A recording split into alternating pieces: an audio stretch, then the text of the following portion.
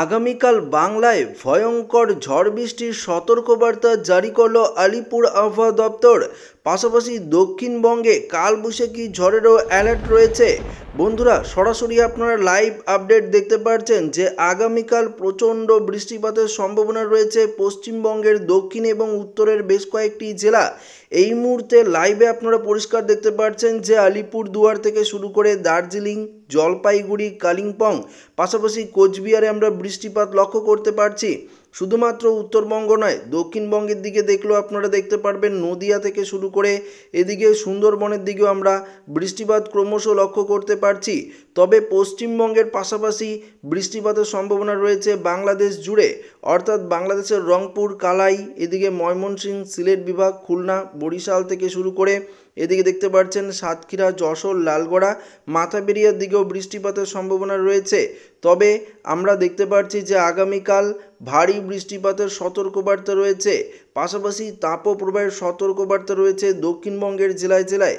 আগামীকাল 40 degree Celsius পার হবে বাংলার তাপমাত্রা। তবে কোন কোন জেলাগুলিতে তাপপ্রবাহের সতর্কবার্তা রয়েছে আপনাদেরকে জানাবো। তার আগে আমরা বৃষ্টিপাতের দিকে নজর দিলে দেখতে পারবো পশ্চিমবঙ্গের পাশাপাশি অসমের দিকে দেখতে পাচ্ছি গোয়ালপাড়া, তুরা, শিলং, গুয়াহাটি, হোজাই, ডিমাপুর থেকে শুরু করে তেজপুর, জোরহাট, এমনকি ডিব্রুগড়ের দিকেও প্রচুর পরিমাণে বৃষ্টিপাতের সতর্কবার্তা রয়েছে। তবে পশ্চিমবঙ্গের তুলনায় অসমে কালবৈশাখী ঝড়ের সতর্কবার্তা সবথেকে বেশি রয়েছে এবং আগামীকাল বিকালের দিকে উত্তরবঙ্গের 5টি জেলায় ভারী বৃষ্টিপাতের অ্যালার্ট রয়েছে। পাশাপাশি আমরা যদি দেখি তাহলে 17 তারিখেও দেখতে পারবো বজ্র বিদ্যুৎ সহ ভারী বৃষ্টিপাতের সম্ভাবনা রয়েছে পশ্চিমবঙ্গের জেলায় জেলায়। আগামী বুধবার 17 তারিখে উত্তরবঙ্গের পাশাপাশি অসমে ভয়ঙ্কর কালবৈশাখী ঝড়ের সতর্কবার্তা জারি করেছে আবহাওয়া দপ্তর। এমনটাই একদম লাইভ আপডেটে পরিষ্কার দেখা যাচ্ছে এবং আবহাওয়া দপ্তরের তরফ থেকে জানানো হয়েছে যে আগামীকাল 16 তারিখ এবং পরশু 17 তারিখে ভয়ঙ্কর বৃষ্টিপাতের সম্ভাবনা রয়েছে পশ্চিমবঙ্গের বেশ কয়েকটি জেলায়। পাশাপাশি আমরা দেখতে পারবো যে তাপপ্রবাহের সতর্কবার্তাও কিন্তু জারি করা হয়েছে। তবে আমরা সরাসরি তাপমাত্রায় গিয়ে আপনাদেরকে দেখানোর চেষ্টা করব যে আগামীকাল কত ডিগ্রি সেলসিয়াস তাপমাত্রা বাড়তে পারে। তারপর আবার বৃষ্টিপাতের আপডেটে চলে যাব এবং আপনাদেরকে দেখাবো যে কোন কোন জেলাগুলিতে বৃষ্টিপাতের সম্ভাবনা আরও বেশি পরিমাণ রয়েছে। তো আমরা তাপমাত্রা আপডেটে চলে গেলে দেখতে পারবো যে আগামীকাল সর্বোচ্চ তাপমাত্রা 40 থেকে 41 ডিগ্রি সেলসিয়াসে পৌঁছে যাবে।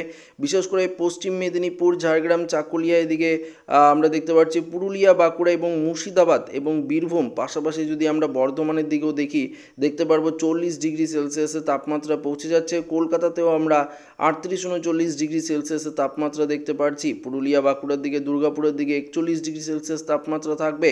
পাশাপাশি তাপমাত্রা ঊর্ধ্বমুখী থাকবে মালদা, বালুরঘাট এবং 2 দিনাজপুরেও। পাশাপাশি উত্তরবঙ্গের দিকেও আমরা দেখতে পাচ্ছি 33-34 ডিগ্রি সেলসিয়াসের তাপমাত্রা পৌঁছাবে।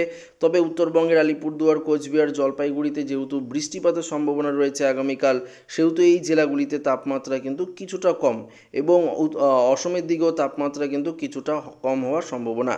বাংলাদেশের সিলেটের ময়মনসিংহ, সিলেট বিভাগের দিকে যেহেতু বৃষ্টিপাত, কালাই, রংপুরের দিকে, তাই তাপমাত্রা কিছুটা কম। তবে রাজশাহী, মেহেরপুর, ঢাকা, কুমিল্লা, এদিকে বরিশালের দিকে তাপমাত্রা কিন্তু ঊর্ধ্বমুখী রয়েছে, এমনকি ত্রিপুরার দিকেও তাপমাত্রা আমরা ঊর্ধ্বমুখী দেখতে পাচ্ছি।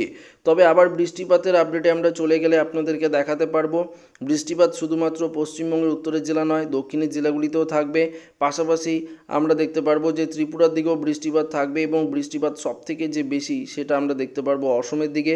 অসমে প্রচুর পরিমাণে রেড অ্যালার্ট রয়েছে, দেখতে পাচ্ছেন ডিব্রুগড়ের পরিস্থিতি, এবং সেটা কিন্তু আমরা দেখতে পারবো আগামীকাল সন্ধ্যে থেকে পরশু 17 তারিখ বুধবার দিন অসমে ভয়াবহ পরিস্থিতি হতে চলেছে। প্রচুর পরিমাণে ক্ষয়ক্ষতি হওয়ার সম্ভাবনা রয়েছে, এমনকি রেড অ্যালার্ট পর্যন্ত জারি করা হয়েছে অসমে। পাশাপাশি বৃষ্টি চলবে ত্রিপুরা জুড়ে এবং বাংলাদেশের সিলেট বিভাগ এবং বাংলাদেশের চট্টগ্রামটায় ভারী বৃষ্টিপাতের সম্ভাবনা 17 তারিখে রয়েছে। তবে 17 তারিখে এদিকে বৃষ্টিপাত হবে এবং দক্ষিণবঙ্গে কিন্তু ভয়ঙ্কর তাপপ্রবাহে জ্বলবে এবং লু বইতে পারে, এমনটাই আলিপুর আবহাওয়া দপ্তরের তরফে পরিষ্কারভাবে জানিয়ে দেওয়া হয়েছে।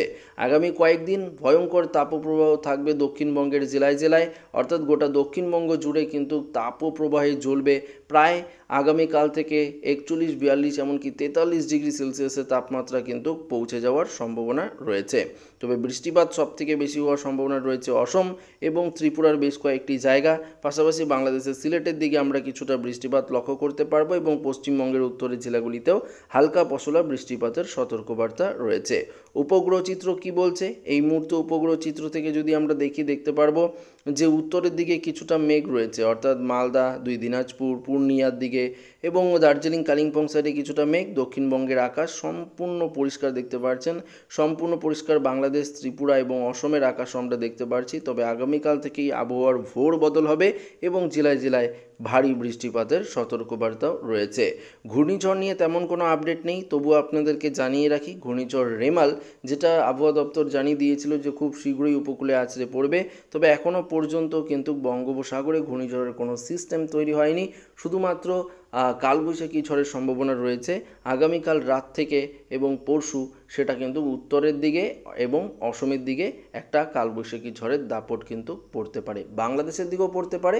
তবে আবহাওয়ার পরিবর্তন ঘটতেই পারে। পরবর্তী আপডেটের জন্য অবশ্যই আপনাদের চ্যানেলটিকে সাবস্ক্রাইব করে রাখতে হবে, কেননা পরবর্তী আপডেটে আপনাদেরকে জানাবো যদি আবহাওয়ার কোনো রকম পরিবর্তন হয়।